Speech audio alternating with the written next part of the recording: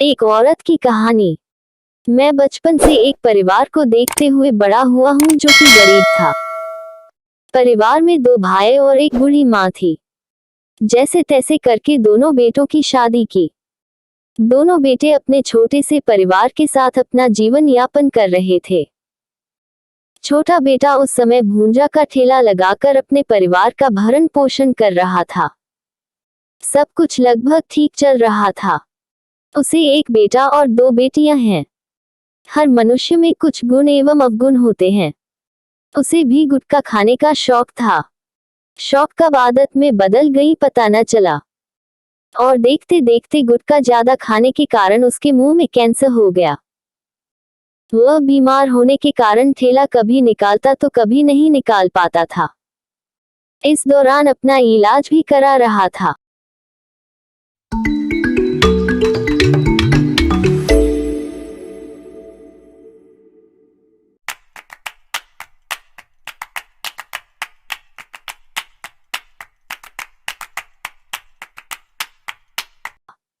जून की कमाई का बड़ा हिस्सा दवा में खर्च हो रहा था और साथ ही परिवार को भी चलाना था। सो इस स्थिति में सरकारी अस्पताल ही एकमात्र सहारा था। घर में कमाने वाला सिर्फ वही था, जिसके कारण परिवार की स्थिति दिन प्रतिदिन खराब होते जा रही थी। ये सब हमने अपनी आंखों से देखा है। कैंसर का इलाज इतना महंगा है कि वह अपना इलाज कराने में असमर्थ था। उसकी स्थिति को देखकर उसके बच्चों और उसकी पत्नी का रो रो कर बुरा हाल था। उनकी मदद के लिए कोई भी हाथ आगे आने के लिए तैयार नहीं था। एक बात सही बोली गई है कि रिश्तेदारी सिर्फ अमीरों से ही निभाई जाती है। उसकी पत्नी चाहकर भी उसके लिए कुछ नहीं कर पा रही थी।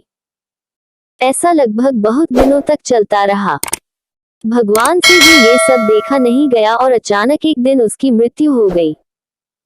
छोटे बच्चों और उसकी पत्नी के चीख से पूरा मोहल्ला गूंज गया। आसपास के लोग उसकी पत्नी को चुप कराते हैं तो कोई उनके बच्चों को गोद में उठाकर उन्हें भी चुप करते हैं। बच्चे अभी बड़े भी नहीं हुए थे कि उनके सर से बाप का साया हट गया। फिर आसपास के लोगों ने मिलकर अंतिम संस्कार किया। घर में कई दिनों तक चूल्हा नहीं जला, लेकिन पापी पेट कब तक शांत बैठे।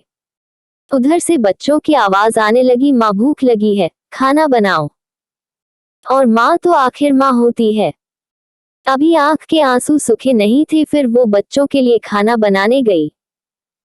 बच्चों को तो उसने खिला दिया, पर उसे खिलाने वाला कोई नहीं था। अब घर में रखे पैसे भी धीरे धीरे खत्म हो चुके थे और बच्चों को पालना भी था। फिर उसने समाज की चिंता न करते हुए वह अपने पति का ठेला निकाला और फल बेचने लगी। मैं सोचता हूँ कि आखिर इतनी हिम्मत उस औरत में आई कहाँ से। अभी उसके पति के मृत्यु को महीना नहीं हुआ था और वह अपना आंसू पोंछकर अपने बच्चों को पालने का सोच लिया था। रोज मंडी से फल लाना और ठेला पे रखकर बाजार में बेचना। घर आकर घर का काम करना, खाना बनाना और बच्चों की देखभाल करना। इतनी शक्ति लाती कहाँ से थी। मैं ये सब देखकर हैरान था। मैं समझता हूँ कि ऐसी सबला नारी से प्रेरित होकर ही यह कहा गया है कि अकेला बाप अपने बाल बच्चों को नहीं पाल सकता, लेकिन अकेली औरत अपने बच्चों को अच्छे से पाल सकती है।